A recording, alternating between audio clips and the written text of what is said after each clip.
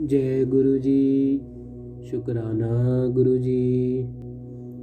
देश, काल, पात्र और दान आदि का विचार। ऋषियों ने कहा, समस्त पदार्थों के ज्ञाताओं में श्रेष्ठ सूत जी, अब आप क्रमशः देश, काल आदि का वर्णन करें। सूत जी बोले, महर्षियों, देवयज्ञ आदि कर्मों में अपना शुद्ध ग्रह समान फल देने वाला होता है, अर्थात अपने घर में किए हुए देव यज्ञ आदि शास्त्रोक्त फल को समात्रा में देने वाला होता है।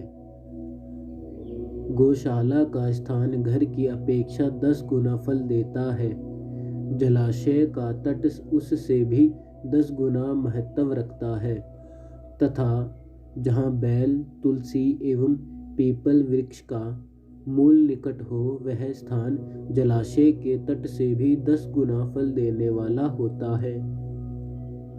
देवालय को उससे भी 10 गुना महत्व का स्थान जानना चाहिए। देवालय से भी 10 गुना महत्व रखता है तीर्थ भूमि का तट। उससे 10 गुना श्रेष्ठ है नदी का किनारा।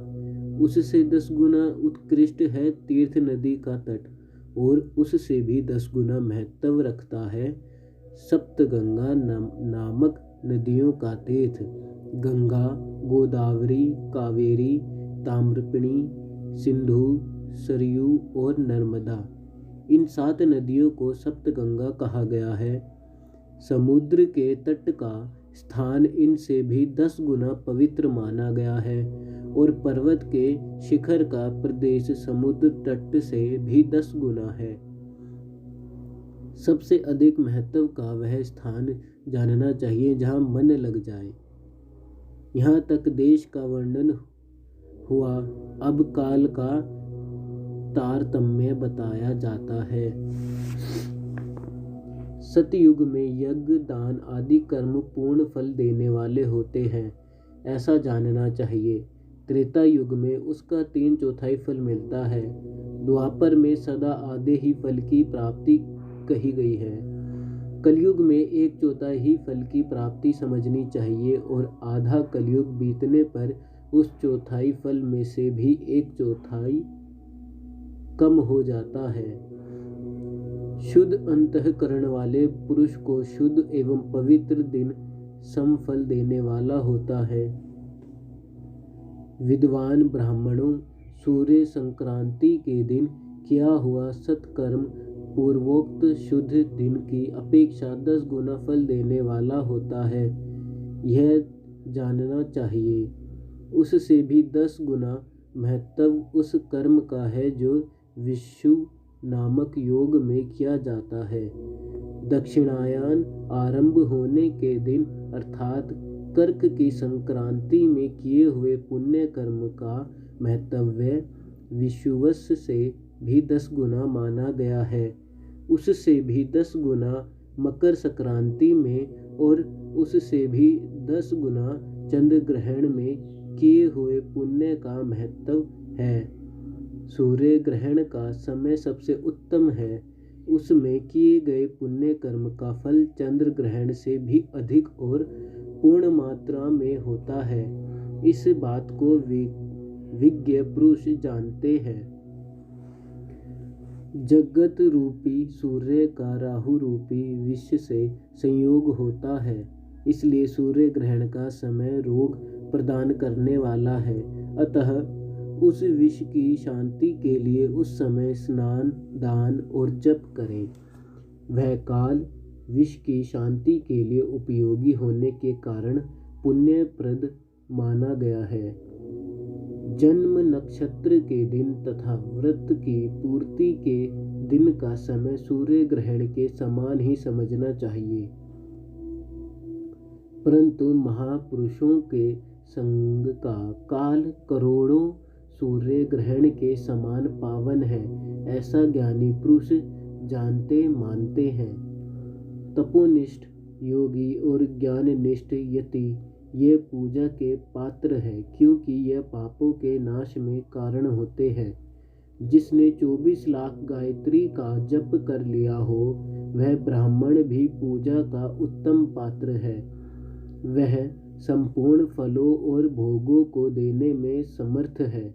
जो पतन से त्राण करता अर्थात नरक में गिरने से बचाता है, उसके लिए इसी गुण के कारण शास्त्र में पात्र शब्द का प्रयोग होता है। वह दाता का पातक से तरण करने के कारण पात्र कहलाता है। गायत्री अपने गायक का पतन से तरण करती है, इसलिए वह गायत्री कहलाती है। जैसे इस लोक में जो धनहीन है, वह दूसरे को धन नहीं देता, जो यहाँ धनवान है वही दूसरे को धन दे सकता है। उसी तरह जो स्वयं शुद्ध और पवित्र आत्मा है, वही दूसरे मनुष्यों का त्राण या उद्धार कर सकता है। जो गायत्री का जप करके शुद्ध हो गया है, वही शुद्ध ब्राह्मण कहलाता है। इसलिए दान, जप, होम और पूजा सभी कर्मों के लिए वही शुद्ध पात्र है। ऐसा ब्राह्मण ही दान तथा रक्षा करने की पात्रता रखता है। स्त्री हो या पुरुष, जो भी भूखा हो वही अन्नदान का पात्र है।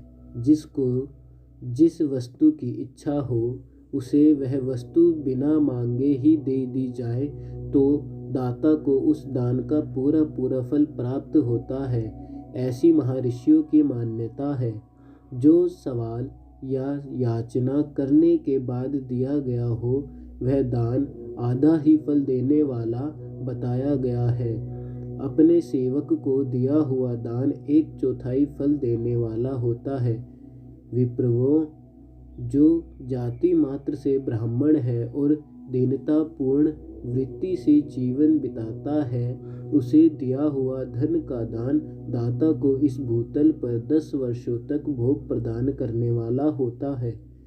वही दान यदि वेद वेत्त ब्राह्मण को दिया जाए तो वह स्वर्ग लोक में देवताओं के वश से 10 वर्षों तक दिव्य भोग देने वाला होता है। शील और उच्च वृत्ति से लाया हुआ और गुरु दक्षिणा में प्राप्त हुआ अन्न धन शुद्ध द्रव्य कहलाता है। उसका दान दाता को पूर्ण फल देने वाला बताया गया है। क्षत्रियों का शौर्य से कमाया हुआ, वैश्यों का व्यापार से आया हुआ और शूद्रों का सेवा वृत्ति से प्राप्त किया हुआ धन भी उत्तम द्रव्य कहलाता है। धर्म की इच्छा रखने वाली स्त्रियों को जो धन पिता एवं पति से मिलता हुआ हो, उनके लिए वह उत्तम द्रव्य है। गो आदि 12 वस्तुओं का चैत्र आदि 12 महीनों में क्रमशः दान करना चाहिए। गो, भूमि, तिल, स्वर्ण, घी, वस्तु, धान्य, गुड़, चांदी, नमक, कोहड़ा और कन्या, ये ही वे 12 वस्तुएं हैं।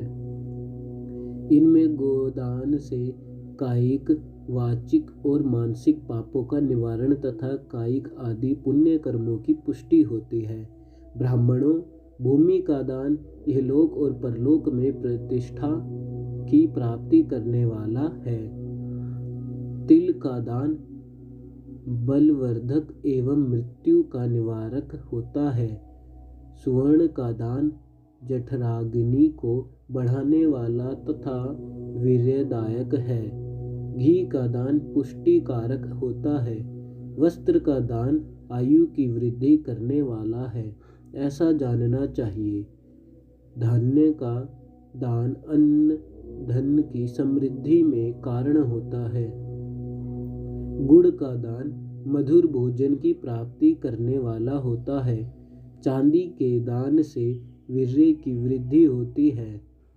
लवण का दान षडारस भोजन की प्राप्ति करता है। सब प्रकार का दान सारी समृद्धि की सिद्धि के लिए होता है। विज्ञ पुरुष कुष्मांड के दान को पुष्टिदायक मानते हैं। कन्या का दान आजीवन भोग देने वाला कहा गया है। ब्राह्मणों, वह लोक और परलोक में भी संपूर्ण भोगों की प्राप्ति करने वाला है। विद्वान पुरुष को चाहिए कि जिन वस्तुओं से श्रवण आदि इंद्रियों की तृप्ति होती है उनका सदा दान करे। श्रोत्र आदि 10 इंद्रियों के जो शब्द आदि 10 विषय है उनका दान किया जाए तो वह भोगों की प्राप्ति कराते हैं तथा दिशा आदि इंद्रिय देवताओं को संतुष्ट करते हैं। वेद और शास्त्रों को गुरु मुख से ग्रहण करके गुरु के उपदेश से अथवा स्वयं ही बोध प्राप्त करने के पश्चात जो बुद्धि का यह निश्चय होता है कि कर्मों का फल अवश्य मिलता है, इसी को उच्च कोटि की आस्तिकता कहते हैं।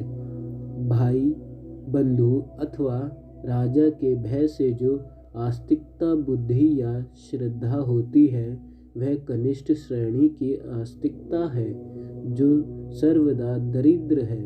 इसलिए जिसके पास सभी वस्तुओं का अभाव है वह वाणी अथवा कर्म द्वारा यजन करे। मंत्र, स्तोत्र और जप आदि को वाणी द्वारा किया गया यजन समझना चाहिए तथा तीर्थ यात्रा और व्रत आदि को विद्वान पुरुष शारीरिक यजन कह मानते हैं। जिस किसी भी उपाय से थोड़ा हो या बहुत देवतार्पण बुद्धि से जो कुछ भी दिया अथवा किया जाए वह दान या सत्कर्म भोगों की प्राप्ति कराने में समर्थ होता है। तपस्या और दान ये 2 कर्म मनुष्य को सदा करने चाहिए तथा ऐसे ग्रह का दान करना चाहिए जो अपने वर्ण, चमक दमक या सफाई और गुण, सुख सुविधा से सुशोभित हो। बुद्धिमान पुरुष देवताओं की तृप्ति के लिए जो कुछ देते हैं वह अतिशय मात्र में और सब प्रकार के भोग प्रदान करने वाला होता है। उस दान से विद्वान पुरुष इहलोक और परलोकों में उत्तम जन्म और सदा सुलभ होने वाला भोगता है। ईश्वर प्राण बुद्धि से यज्ञ, दान आदि कर्म करके मनुष्य मोक्ष फल का भागी होता है। जय गुरु जी। शुक्राना गुरु जी।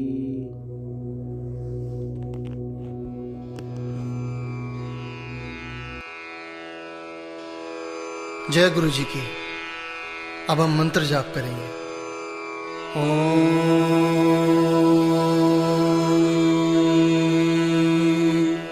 नमः शिवाय।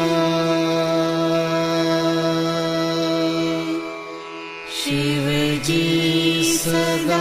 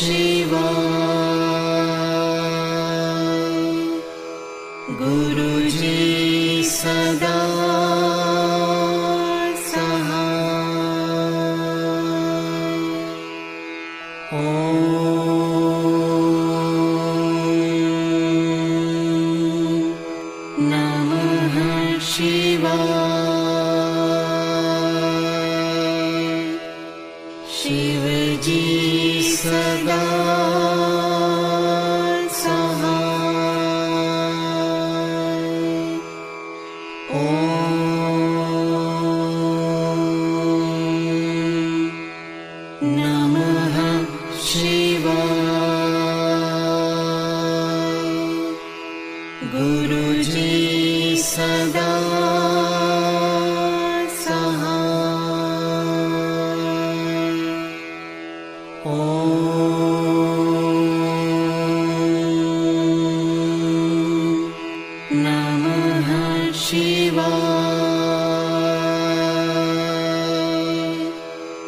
शिव जी सदा सहाय। ओम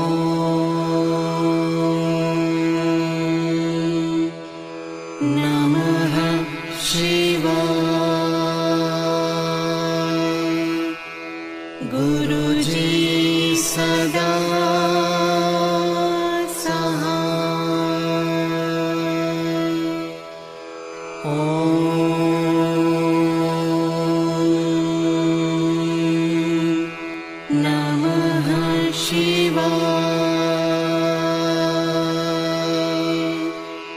शिव जी सदा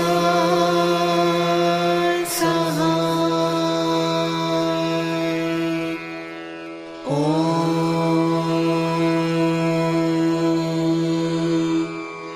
नमः शिवाय। गुरु जी सदा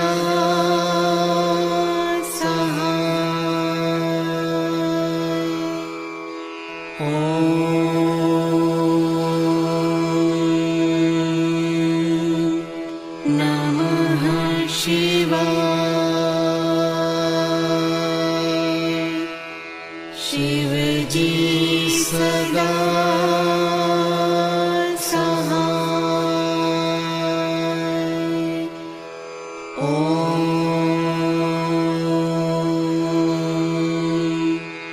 नमः शिवाय। गुरु जी सदा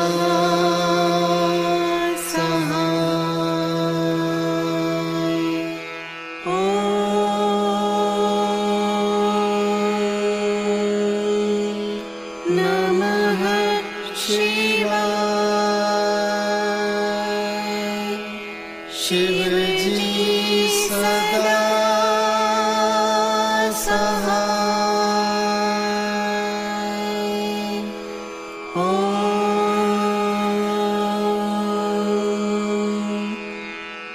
नमः शिवाय। गुरु जी सदा